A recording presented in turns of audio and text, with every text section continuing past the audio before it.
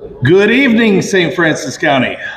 Welcome to the Park Hills-Leadington Chamber of Commerce Meet the Candidates for the Saint Francois County Sheriff. Glad that you are here this evening. We just want to say thank you to Midwest Sports Center for being our sponsor this evening. Glad for their support. And also want to mention our elite sponsors for the Chamber. These are incredible businesses, and so make sure you are supporting them. If you would you please stand and join me in saying the pledge? I pledge allegiance to the flag of the United States of America and to the republic for which it stands, one nation, under God, indivisible, with liberty and justice for all. And if you would, please remain standing, and we will bow our heads in prayer. Father, in the name of Jesus, we ask for your help tonight. We need you. We need you as individuals. We need you as a county. We need you as a country, Father. And I pray for your favor to be upon our elections coming up. I pray for each one of these candidates. I pray that you would give favor to each one of them and help them run their campaigns in a respectful manner to one another. That's what our county deserves. And God, thank you for all of your blessings upon us. In the name of Jesus, amen. You can be seated. We are going to now hear from Dr. Joe Gilgour. Dr. Joe is the president of Mack College, if you don't know that already. But Dr. Gilgour will be moderating this evening. And so, Dr. Gilgour, if you would. Thank you. Good evening, everybody. All right, just want to go over some of the how tonight's going to go. First off, some housekeeping things. The restrooms are out that door and to the right. My right, your left, out that door, in case you need them. We do ask that you silence cell phones, things like that, all the stuff that you're used to. Every time I say that, somebody doesn't. It always happens, but just in case you can remember that, please do so. Tonight's event is a forum, not a debate, so there are no gotcha questions. Every candidate is going to get the same amount of time to answer each question. And my lovely assistant, Josh, is going to sound a ding whenever we are out of time. That's what you're going to hear. There you go. That's lovely. So when you hear that, you're out of time, candidates.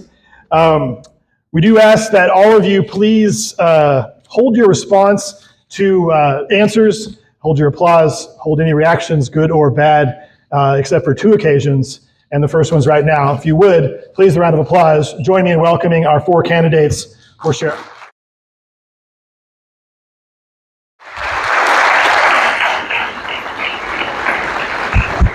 Prior to the event tonight, each candidate drew a number that assigned them the seat.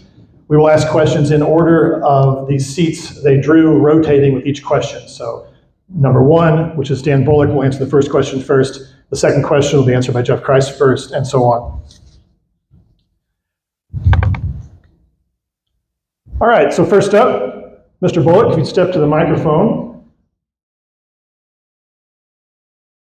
First question is, please introduce yourself, and using your own words, could you explain the sheriff's role? You have 3 minutes. Thank you, sir. Thank you all for coming out today. It's a beautiful day out. I wanted to extend a thank you to my counterpart in Jefferson County, Sheriff Dave Marshak over here. The office of sheriff is sometimes misconstrued. According to state statute, we are responsible to take care of the courts, the bailiffs, to serve papers, and to run a county jail. That's the 3 things that you have to do. You don't have any choice in those things. Everything else we do as far as patrolling and fighting crime and all the other things we do is an add-on. So we can't let those first 3 things ever get behind us. They have to be done, and they have to be funded, and taken care of. The rest of the time, we get out and patrol the county roads. We take care of crimes and disturbances and things like that throughout the county. It's a pretty big job. Last year, we answered over 21,000 calls for service just through the dispatch center. Now, that doesn't count people that walk into the jail, come in, call in, get to us various other ways. If we're out on the streets and somebody stops us, those are just the ones through the dispatch center. So that's a lot of calls. We have a department that is, I think, second to none. I have a good bunch of officers that work for me. They do a fantastic job. I have a detective unit that is probably as good as any in the nation. And so we appreciate what they do, and I'm sure you all interact with them throughout the year. And anytime that there is something going on or something wrong that you don't agree with, I run an open door policy at the Sheriff's Department. You can walk in, you can call in, you can get to me anytime, day or night, and I carry this phone 24/7. They can always get a hold of me. Thank you. Thank you, Mr. Bullock. Mr. Kreitz, same question for you. Please introduce yourself and using your own words, could you explain the sheriff's role? You will have 3 minutes. Well, my name is Jeff Kreitz, and I want to thank everybody for coming. This is a very important election, and I'm glad to see a good support. I feel that the sheriff is a symbol of law and order for the county. The sheriff is responsible for many functions in the county, such as bailiffs at court, security for the courthouse, transport, enforcing the laws of the county. I feel the sheriff is a symbol of law and order, and that symbol is a very high office. It is the highest office, law enforcement officer in the county. I feel that the sheriff has to be a personable person that can relate to the citizens and listens to the citizens and what their concerns and complaints are. You have to have law and order. Without law and order, it's anarchy. I feel the sheriff is the one that represents that for the county. Also, the jail. The jail is a housing unit that holds pre-sentence individuals who have not been convicted of a crime, and therefore the sheriff has to run a jail that represents humanity to people. And I feel that the sheriff is, like I said, the highest office in the county, and it's a high honor to have that position, and it shouldn't be taken lightly. But the sheriff works for the citizens. The citizens are the one we protect, their property, their families, and their rights. So I'll defer the rest of my time. Thank you. Thank you. Mr. Harris, same question. Please introduce yourself and using your own words, could you explain the sheriff's role? You have 3 minutes. First of all, thank you, Park Hills-Leadington Chamber of Commerce for hosting this event. Thank you, Dr. Gilgour, for moderating, and thank each of you for coming out this evening. My name is Tim Harris.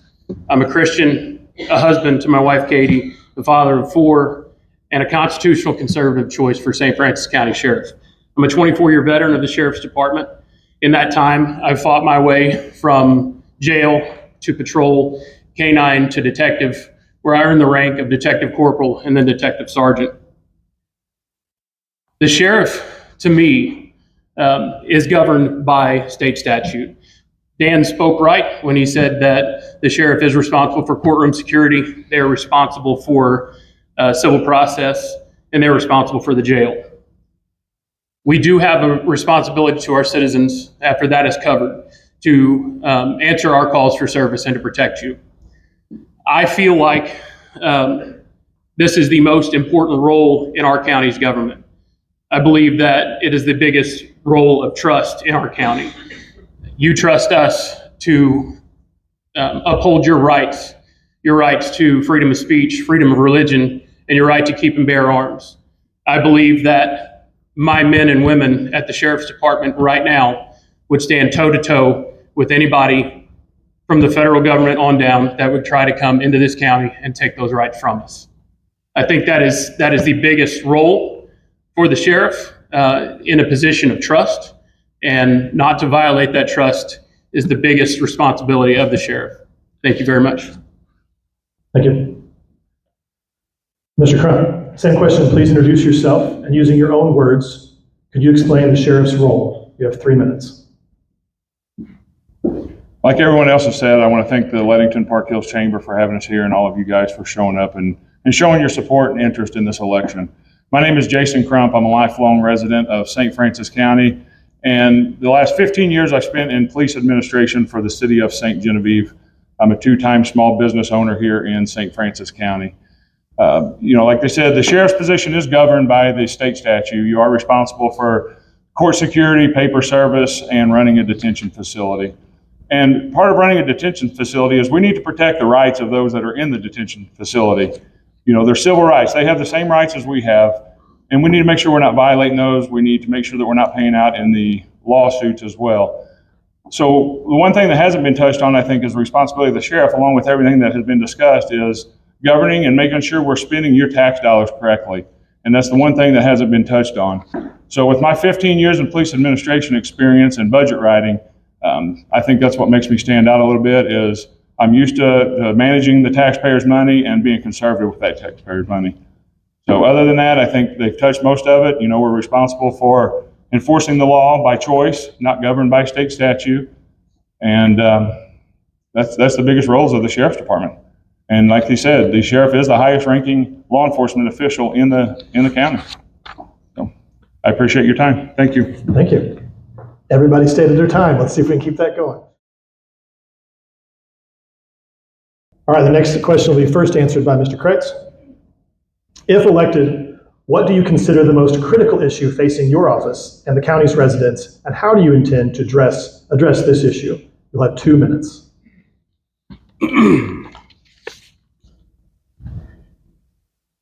I think one of the most important things I'm addressing right now would be the homelessness and mental health issues that we have in the county.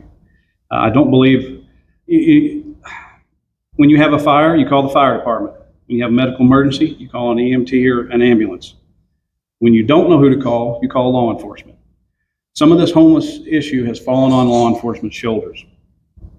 I don't believe we're completely equipped to handle that. I think it's a community problem, and I'm willing to head up a coalition to bring in other disciplines to work on this homeless issue, such as East Missouri Action Agency, the clergy, the business owners, the mayors.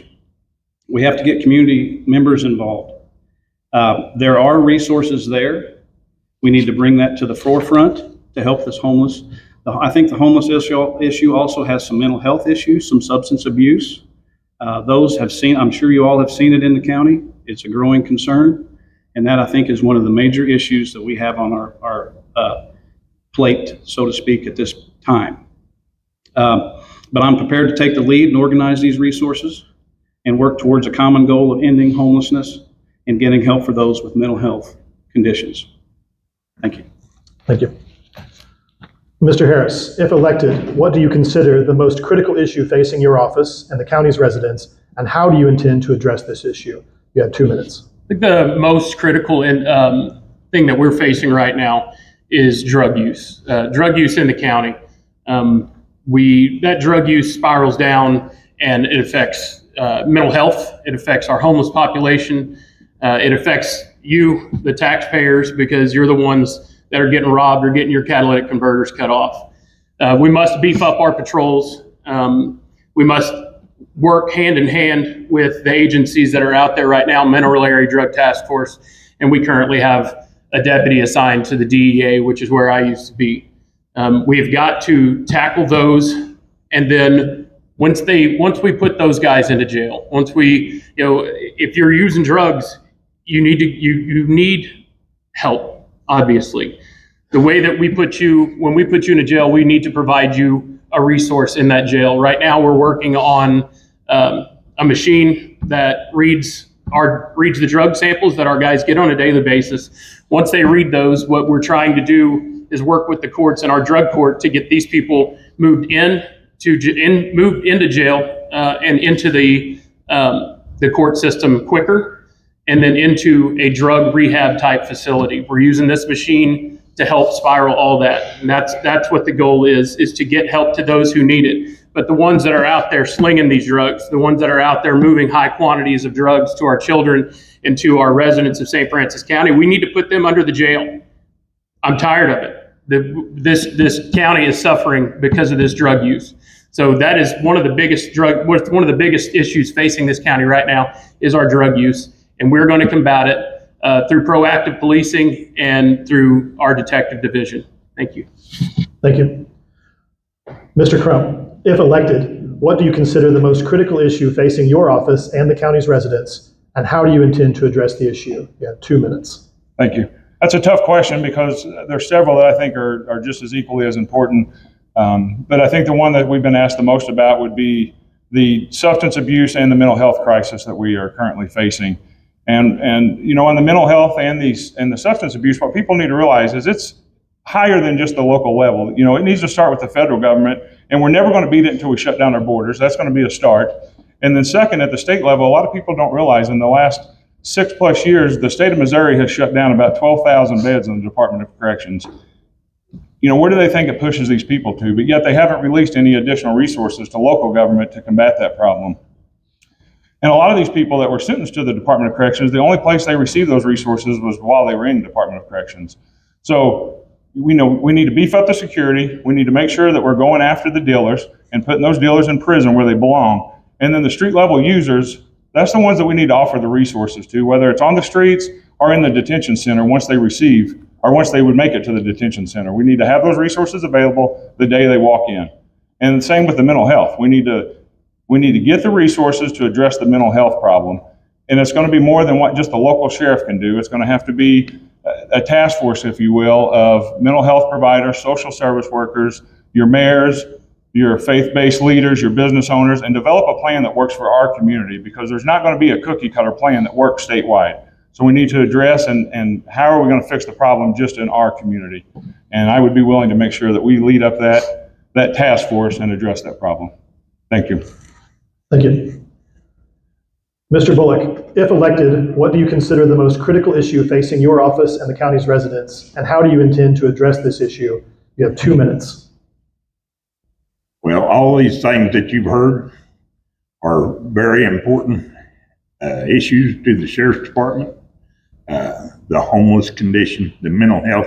Ever since the state of Missouri and the nation went out of the mental health business, we've had those mental health patients thrown on us.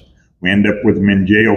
We do not have the staff that's qualified to take care of mental health people. We can't give out psychotropic drugs. We don't have doctors that are mental health doctors. We have medical doctors at the jail.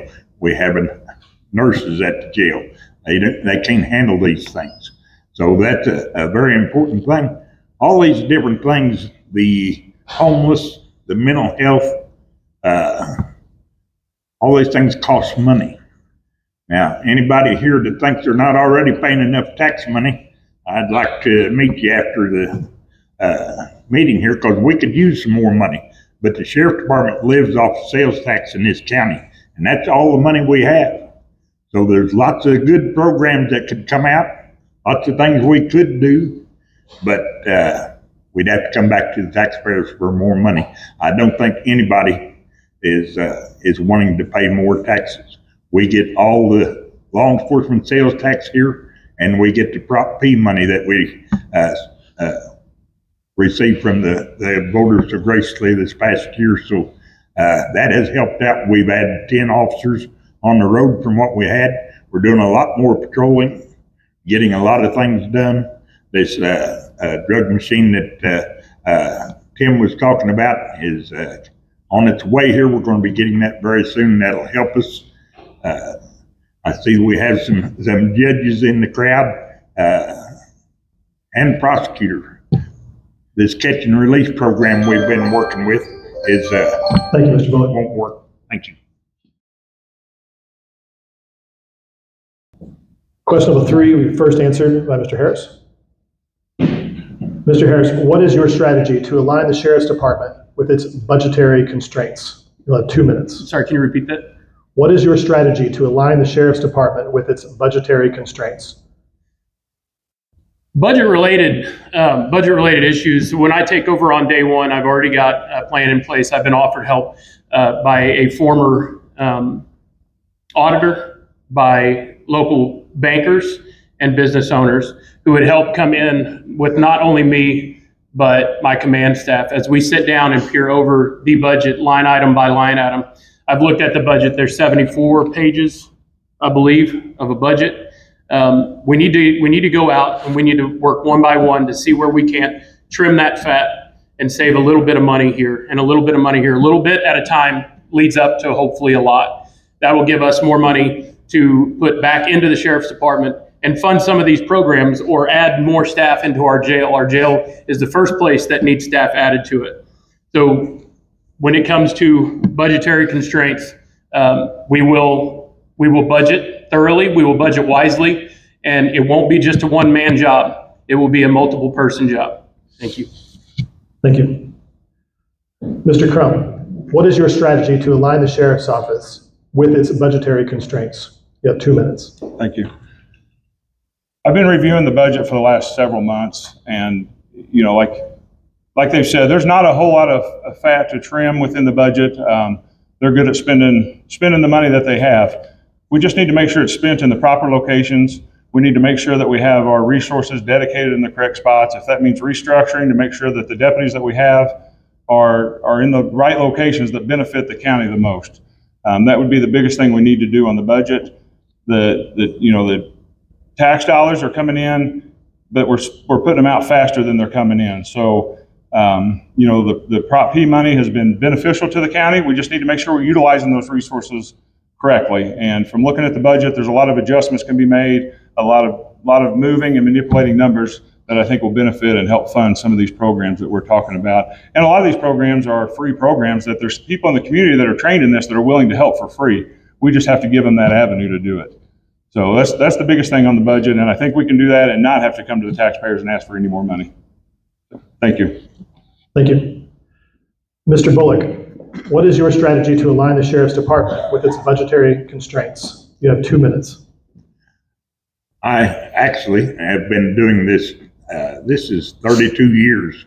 I've been preparing a budget for the county and trying to spend the taxpayers' money where it's very responsibly. And I don't think there's a whole lot of fat there to trim. If there is, I'm willing to listen to anyone that has any suggestions on that. Oftentimes, in 1992, when I first ran, I went to a forum like this, and I said, by golly, when I get in there, I'm going to do this and I'm going to do that. It doesn't take very long to find out that you may not have the money or the authority to do some of the things you think you'll do to make the department better. I think we can continue like we are. The Prop P money is coming in very good, and it's getting more of that money every month. And I think we'll be good, and that we can continue like we are. Thank you. Thank you. Mr. Kreitz, what is your strategy to align the Sheriff's Department with its budgetary constraints? You have 2 minutes. Well, for those that know about budgets, a budget, you can't spend more than what you have. So you have to allocate funds and use them wisely. And like's already previously been said, and you're going to hear a lot of the same answers here tonight. And the reason for that is we've all been in law enforcement many years. We all kind of have the same ideas. It's just who do you think can get it done? So with the budget, you can't spend more than what you have. I mean, that's the bottom line. I think we need to seek grants for projects. We have to work with the commissioners and get funding through them. Have to work with the auditor's office. Take care of our equipment.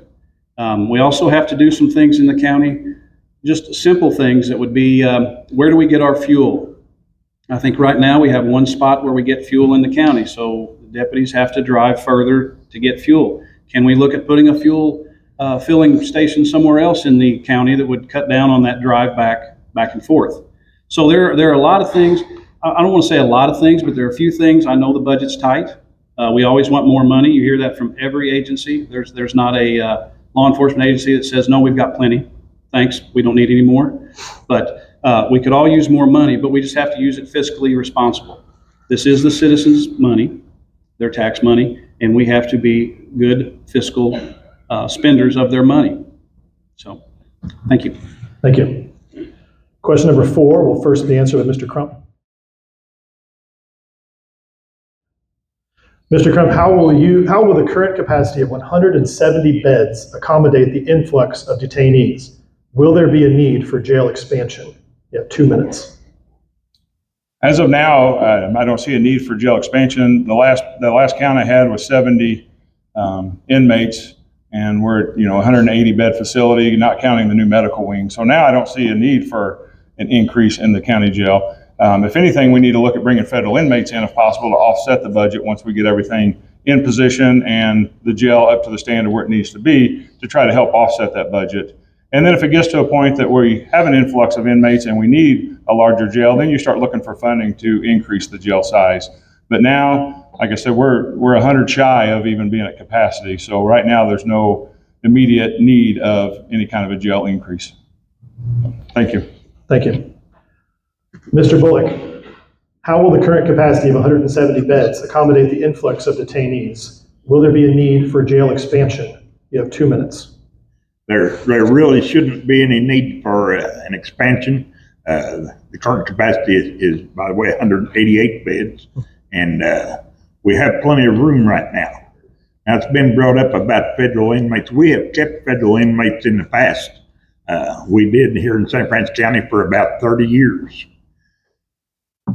Now, a misconception is that if you have federal inmates, it's going to be all profit. The federal government is going to hand you money. It doesn't work that way. First place, you don't have a choice on how many you're going to get. Say, well, you could get 100 federal inmates. Look at the money you could make possible, but they decide that. Sometimes we had 10. Sometimes we had 25. Sometimes we had even less. Now, they don't send you the cream of the crop from the federal government. You get prisoners that are a problem. They have medical problems. They are expensive. You have to add extra deputies when you've got federal inmates. You have to have extra vehicles. And those people have to spend time in federal court, either in St. Louis or in Cape Girardeau. It costs a lot of money to house federal inmates. The federal government, in my opinion, coddles inmates and wants them to have more privileges and a lot more than what our regular county inmates have. I don't believe in that. They should all be treated the same fairly, but all the same, they get 3 square meals a day, a bed, and as I often say, 3 hots and a cot.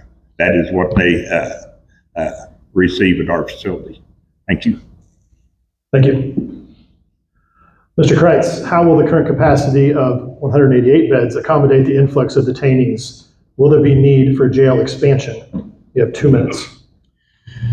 Well, at this time, I don't see a reason to do the expansion. They're housing plenty right now. I think under the current bonding procedures and bail procedures with what we call the book and release, we're not housing as many inmates.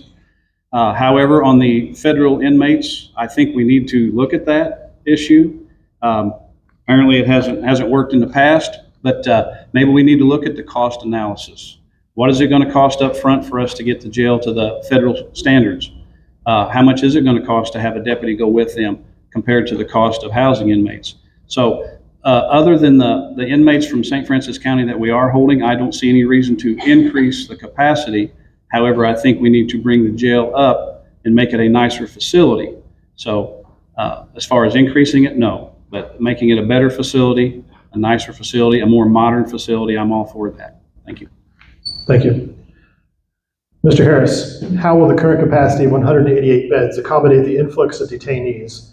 Will there be a need for jail expansion? You have 2 minutes. I've spoken with state representatives and at length about our jail reform, bail reform. We're releasing inmates without a hold. They're book and release right now. So a victim of a crime is not getting a reprieve from the suspect who comes to jail, and before the ink's dry on their booking form, they're out the door. So until we fix jail reform and bail reform, we're not going to be at capacity. But if we were to bring in federal inmates and then they did away with jail reform and bail reform, we would be over capacity. Then you have to break your contract with the federal government. So at this time, I wouldn't see a need for jail expansion. I don't see a need to bring in federal inmates right now. I think it's worth exploring. I think it's worth really sinking your teeth into and trying to figure out if there was a way that the federal government would come in and pay for that jail. If they want to come and pay for a jail expansion, a bigger jail facility for us to hold their inmates, I'm all for it. But if they're not going to foot the bill for that, I don't want to put it on the tax-paying citizens. These major cities that have sports arenas that want a new sports arena, they put that on the tax-paying citizens. It's up to them to foot the bill for that new arena so they can come and enjoy that. You guys don't enjoy inmates. You know, you want them protected while they're there. You want to know that justice is being served while they're there, but you don't want to continue to pay for that. So I don't see a need for jail expansion at all right now. As far as the jail conditions, the jail is being remodeled right now. There's new paint on the walls. The floor is being ready to be painted. The windows that are broken are being replaced. The air conditioner is brand new. The boiler system is brand new. The salt holding tank's brand new. So those things are being taken care of. Those things are in place right now. But as far as anything new with that jail, there is no need for it. Thank you. Thank you, Mr. Harris. Final question to be answered first by Mr. Bullock. As a final question and closing statement, please explain what unique qualities or experience differentiate you from the other candidates. You have 3 minutes. Thank you, sir. Well, I'm a lifelong resident of Bonterre in Saint Francois County. I come from a law enforcement family. I had a great uncle that was the chief of Mayfield, Kentucky, 32 years. My father was a police officer and a deputy sheriff in this county. My brother's a chief of police in Deloge, Missouri. My younger brother is a chief of police in Farmington, Missouri. My son was a chief of police in Bismarck. I come from a law enforcement family. My other brother, the only other one, was a Flat River police officer back before it was Park Hills. So I learned a lot. I learned a lot of this from when I was just a child, sitting out in the driveway in my when my dad would have the patrol car home.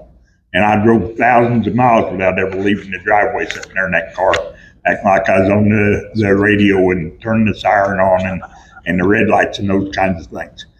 I have been your sheriff for 32 years here, and I think I have served the community well. I run an open door policy, as I said before, at my office. You're all welcome to come anytime. The door is never closed. The phone's always on. My cell phone's on my side. If you need me, you can call or come by or stop by and see me. The budget that everyone talked about is laying there in my office. You're all welcome to come and take a look at that thing. If you see a place where we can trim some fat, be glad to hear about it. Thank you all very much. Appreciate it. Thank you. Mr. Kreitz, as a final question and closing statement, please explain what unique qualities or experiences differentiate you from the other candidates. You have 3 minutes. Well, first, let me say that I am a third-generation career law enforcement officer. My grandfather and my father both retired from over 30 years of law enforcement. So I learned at an early age about the importance of law enforcement and serving my community. For over 32 years, I've been employed with the Farmington Police Department, which is a 39-member department with one of the highest call volumes and diverse range of call types in the county.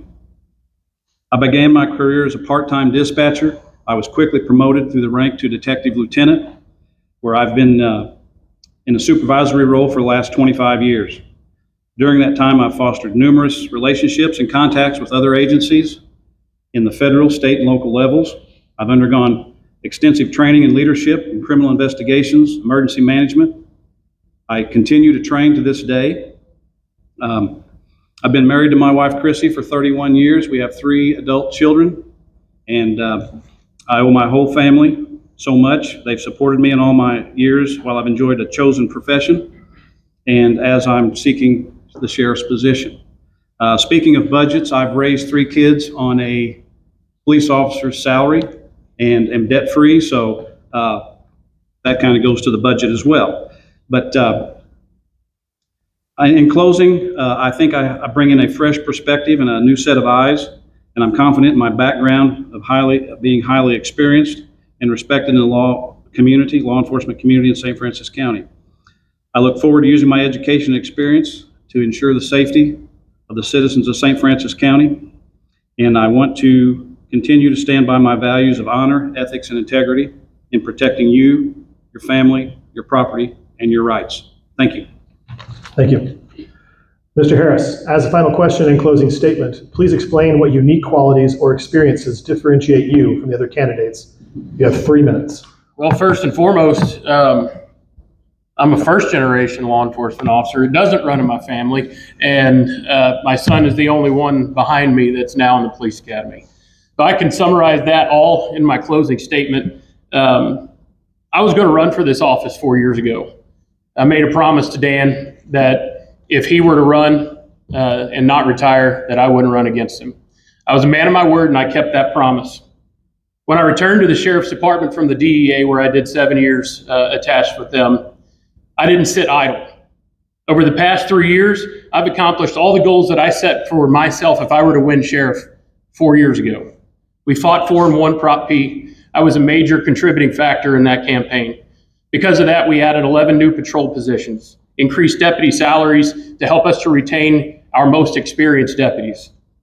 I changed the hours of operation on our schedule from 8-hour shift work to a 12-hour Kelly schedule. This effectively doubled the presence of deputies on patrol and drastically reduced response times. Last year, I began a campaign in our local schools. This campaign joins law enforcement and domestic violence survivors who go in and they teach our youth about the dangers of dating and domestic violence. Last year, we were in 3 school classes in 2 school districts, including right here at Central High School. We began active shooter training. I'm a close quarter combat instructor. We're the only ones in our area that train this on a routine basis in all our local churches, schools, and even the courthouse. Began a campaign to ensure all deputies and corrections officers are certified in crisis intervention training. This helps with the rising number of mental health related calls that we face. I even sent a deputy to advanced CIT. This will help her to provide peer support to all our local first responders when they suffer from the horrors that we face. And using connections I made at the federal level when I was with the DEA, I added 3 canines to the patrol division at no cost to the tax-paying citizens. We now run 4 canines total, 1 per shift. It's been the honor of my life to serve and protect you for the last 24 years. I couldn't think of doing this anywhere else. But now's the time. It's time for change. I'm young enough, I'm eager, and I'm driven to see this department that I've worked at for 24 years succeed at the highest level possible. I want to continue serving you, the citizens, as the next sheriff of St. Francis County, and I'd appreciate your vote on August 6th. Thank you. Thank you. Mr. Crump, as a final question and closing statement, please explain what unique qualities or experiences differentiate you from the other candidates. You have 3 minutes. Thank you. I decided to run for sheriff about 3 years ago, almost 4 years ago. It was right after the last election, just because I felt the need. It was time for a change, and it was time for a new perspective at the Sheriff's Department. I'm a lifelong resident of St. Francis County, and I'm also a third-generation law enforcement officer. The last 15 years I have spent in police administration for the city of St. Genevieve, and with that, I bring the administration experience that the Sheriff's Department needs if there's going to be a change. I'm not taking away from any of the guys as far as being great officers, being great detectives, but we're not electing an officer or a detective. You're electing an administrator. I've listened for the last 3 years to some issues that people have going door to door. I've listened to the complaints from the citizens. I have yet to go to the door and someone's 100% satisfied with the Sheriff's Department. You need to remember, 2 of the candidates have the ability to change that now, and it hasn't been changed. But the problems go beyond just that. You guys, the citizens, passed Proposition P, which generated more money than originally anticipated. The money is gone. It's spent up already. and the Sheriff's Department's on track to go over budget again. They recently went to the commission and asked for additional funds, and they were told to go to the LERF board and ask for LERF funds, which is the Law Enforcement Restitution Fund. They were granted $140,000 out of that fund to help offset the budget deficit. Some of that was emergency expenditures, but the problem with that is we don't currently operate with any kind of a 5-year or 10-year plan. You have to know the wear and the life expectancy of some of your equipment, and you need to prepare for that in the future and write a budget that accommodates that. Like I said, I've written budget for 15 years for the city of St. Genevieve, never gone over budget. The last 5 years, I pulled the numbers, and I've averaged 5.5% under budget, returning hundreds of thousands of dollars back to the city to general revenue to fund other projects, which prevents them to have to go to the taxpayers and ask for additional funds later. I'm the only candidate up here that has written and implemented a complete policy and procedure manual for the agency. Just within the last year, I wrote a new policy and procedure manual for the city of St. Genevieve that not only is current, but it stays up to date. We use a third party, which they use their legal team to make sure that any law changes, federal, state, local law, they send you those notifications to keep your policies up to date, which is going to help lower the liability for the county. The second part of that is the training. This company will push daily trainers to your deputies, forcing them to have to read scenario-based training and answer those scenario bases based off of the policy, which keeps them fresh on the policy on a regular basis. I've also recently implemented a in-car camera and a body-worn camera program for our city. And that's something that we need in this county. It's going to help hold the county and the deputies accountable, and it's also going to offer for transparency. Thank you. Mr. Crump.